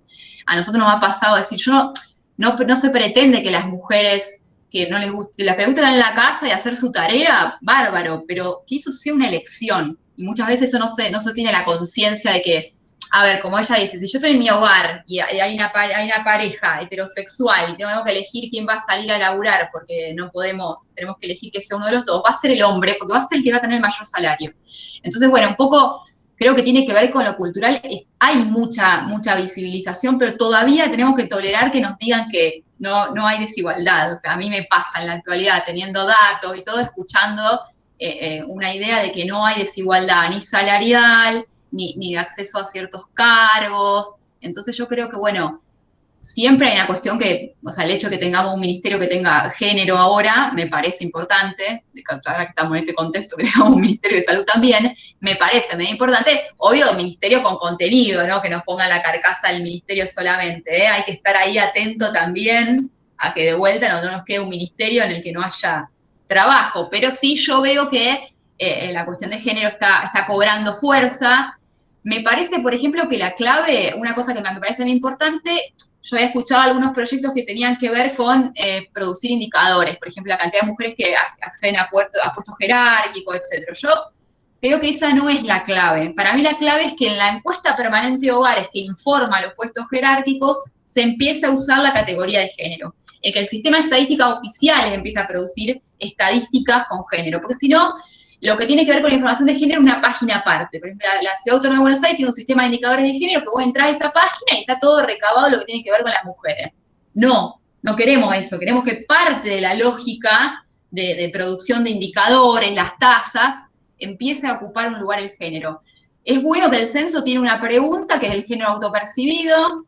Hay estructuras, por ejemplo, que los hogares hoy en día en la EPH pivotan alrededor de la estructura de jefe o jefa del hogar, que ya es obsoleto también. Entonces, siempre nos quedan los instrumentos y todo nos va quedando siempre un poco más atrás, ¿no?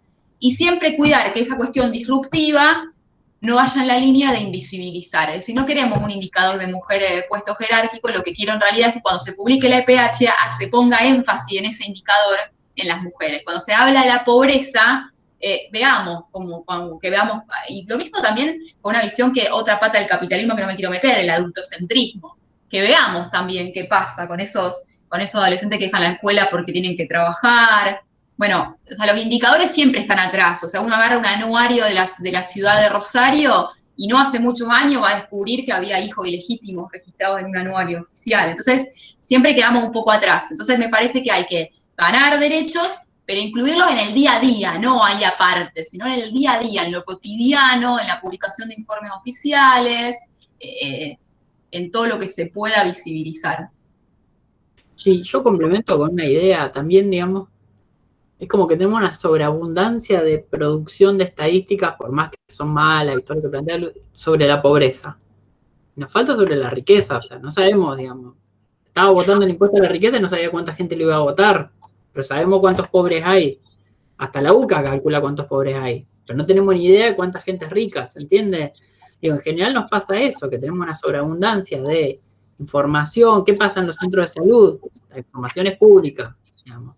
Ahora, ¿qué pasa en los centros de salud privados, digamos? Ahí nada. ¿Se entiende? Es decir, ¿cómo si no sabríamos que el aborto es legal en realidad para los ricos? Que se hace, digamos, lo sabríamos, pero como no se hace en los centros de salud de los barrios periféricos, digamos, no queda registrado de esa manera, parece que no se hace. Eso, creo que hay que empezar a elaborar las estadísticas de la riqueza también, porque no puede ser que no tengamos estadísticas, o sea, sabemos que los salarios caen, ¿no? Pero, digamos, hay gente que vive mejor que antes de la pandemia. Entonces, ¿de dónde salió ese dinero? Porque si no nos quedamos en esta lógica. La pobreza aumentó del 30 al 40, del 40 al 50. Ah, y los que estaban en el decil más alto se cayeron. Claro, ¿de dónde salió? Digamos, ¿quiénes son los que se caen en la pobreza? Sí, costó instalar un coeficiente de Gini, que es una medida de la desigualdad. O sea, ¿qué medimos? Que eso es todo un tema que nosotros como equipo siempre estamos atentos a eso. ¿Qué medimos? Nosotros metemos la pobreza de tiempo y te miran primero como diciendo, uy, quieren medir, mirá si va a medir, si tienen tiempo para vivir, ¿no? Entonces también, de la manera que uno mide, o sea, los indicadores que se deciden y que se publican tienen un sesgo, ¿sí? Se eligió en un momento mirar pobreza. Se está diciendo que el problema está en la pobreza cuando se mide la pobreza. Se está diciendo que lo que hay que mejorar es eso, no hay otra cosa que tengo que mirar. No. El problema es ese. Entonces también hay una decisión, si bien siempre fue útil, fue disruptivo el procedimiento de medir la pobreza, ojo con los 80, que tiene que ver con las condiciones de nutricionales de lo que accedía la gente, hubo nutricionistas que participaron en la idea de esa canasta, ¿no? No hay que tampoco de conocer la historia de que muchas de las cosas que hoy nosotros criticamos fueron disruptivas en su momento, ojo, eso no hay que perder el foco, como pasa con el mismo feminismo, una cuestión colectiva e histórica, pero vamos a decir, che, ¿por qué no miramos otras cosas también? ¿Por qué no abrimos ese indicador? Porque cuando uno mide está diciendo que el problema está ahí, de alguna manera, entonces los indicadores, mirarlos críticamente también, eso es algo importante, que creo que también nosotros siempre insistimos con los alumnos que no hay un indicador absoluto, o sea, bueno, mirá la pobreza y mirá otras cosas, mirá la tasa de actividad, mirá el enriquecimiento, mirá lo que es el mundo financiero, que dicen, ¿quién quiere poner una fábrica cuando una persona que es dueño de, no sé, de Amazon hace 15 millones de dólares en un día? En un mundo donde una persona hace 15 millones de dólares en un día, o sea, ponelo en perspectiva eso de la pobreza, ¿no?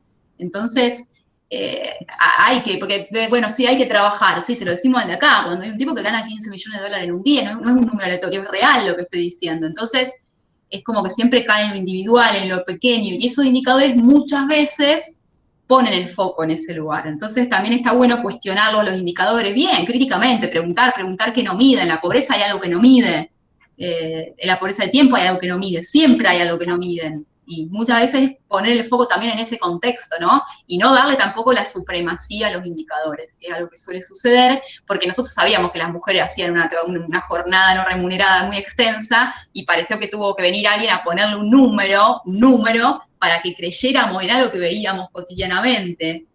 Entonces también es como desmitificarle la idea del indicador, ¿no? Ahí con los humedales también hay otro ejemplo, digamos. Fíjense, cuando empezó todo el tema de las quemas en los humedales, se reclamaba que intervenga el Ministerio de Ambiente de la Nación. Se reclamaba que intervenga la Justicia Nacional. ¿Qué decía la Justicia Nacional, el Ministerio de Ambiente? No sabemos quiénes son los dueños de los campos. ¿Cómo puede ser que el Estado no? O sea, ¿se entiende lo que digo? El Estado, que para el neoliberalismo es el garante de la propiedad privada, pero a su vez no puede citar a los propietarios de los campos para decir, che, ¿qué pasó que se incendió tu campo? No, por lo menos, digamos, no sé si te meto en cana de una, está bien, la justicia tiene que demostrar la culpabilidad, etcétera, etcétera. Pero ni siquiera los podían citar, porque la justicia federal no accedía, por el registro de la propiedad en Entre Ríos, a saber quiénes son los propietarios de los campos. Entonces tenemos un desquicio, digamos, porque tenemos un Sumado a registro una idea de un Estado que tiene que tener una política de datos abiertos. de datos abiertos. Lo Y del además, Estado, de la salud pública, el resto no, la propiedad no. fíjense, cuando fue lo de los Echeveres, que ahí apareció el Estado diciendo, bueno, el campo es de no sé quién, digamos, aparecen los papeles. O sea, el Estado tiene que ser garante de esa propiedad privada, pero cuando esa propiedad privada está generando un daño ecosistémico, el Estado parece que no sabe de quién es, no tiene herramientas para actuar. Y volvemos a esto, después aparece el impuesto a la riqueza, y si el Estado no sabe de quién son esos campos, digamos, ¿cómo va a hacer para cobrarlo efectivamente? Si no tiene los registros, si esos registros son con valores catastrales, digamos, si sobre un campo puedes hacer lo que vos quieras, digamos, porque es propiedad privada aparentemente, quemás, inundás de humo a otra ciudad y no pasa nada. Y empezar a mirar esa riqueza o esa desigualdad, porque si no nos vamos a quedar siempre con la película de cuántos cobraron el IFE, cuánto es la asignación por hijo, si se duplica o no se duplica. En su momento con los jefes y jefas de hogar había... Los mitos que se rompen aparte, que los datos lo demuestran, la cantidad de hijos que tienen con las asignaciones, uno lo pone en titulares y hijos, y los mitos se rompen también con los datos bien usados, eso por suerte. Pero eso también demuestra que muchas veces, aunque vos los pongas en datos, como pasó, por ejemplo, con la idea de las migraciones, que hay un material maravilloso hecho en Argentina, que tiene una ley de migraciones, bueno, Macri algo retocó igual, antes de eso la ley de migración era bárbara, y hay un libro que se llama Migrar es un derecho humano, que es un libro muy bonito que recorre a muchas personas, actores de esa ley, en el que hace toda una recapitulación de datos en relación, por ejemplo, a la población carcelaria migrante, a los trabajadores especializados migrantes, le pone números a eso. Y los números derriban el mito del chivo expiatorio del migrante, y a veces no alcanzan, porque ahí te demuestra también que va más allá de tener un indicador publicado, digamos. Que los números a veces no alcanzan, que te los refutan. Así que eso también es algo que hay que combatir, porque esa supremacía del indicador es para algunos indicadores también.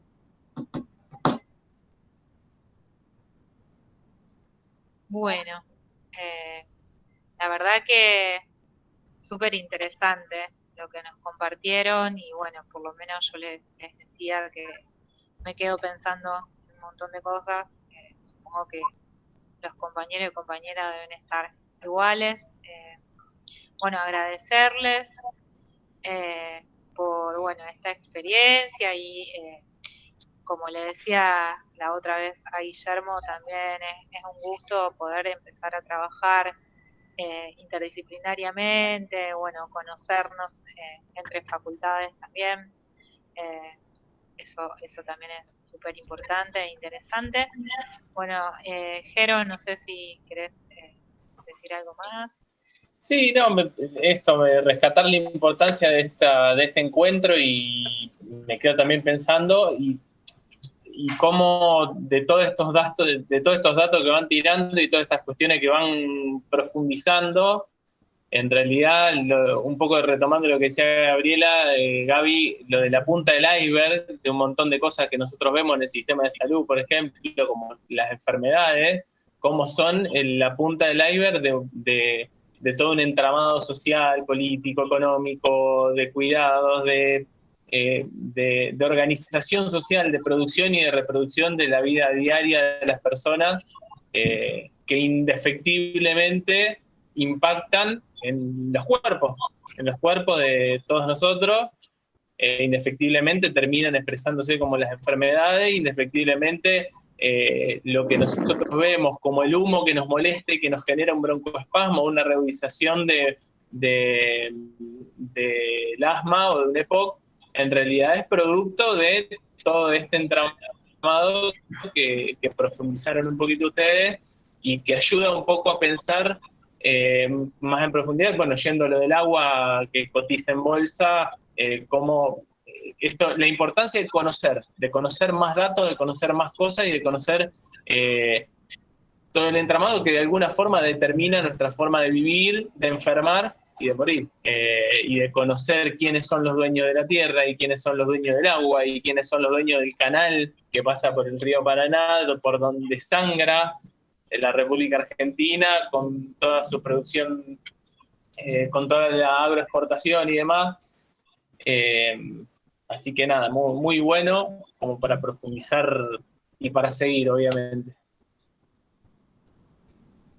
Bueno, un gusto. La verdad que para mí la pasé muy bien también, me gustó el intercambio, así que bueno, esperemos que sigamos en contacto para alguna otra actividad.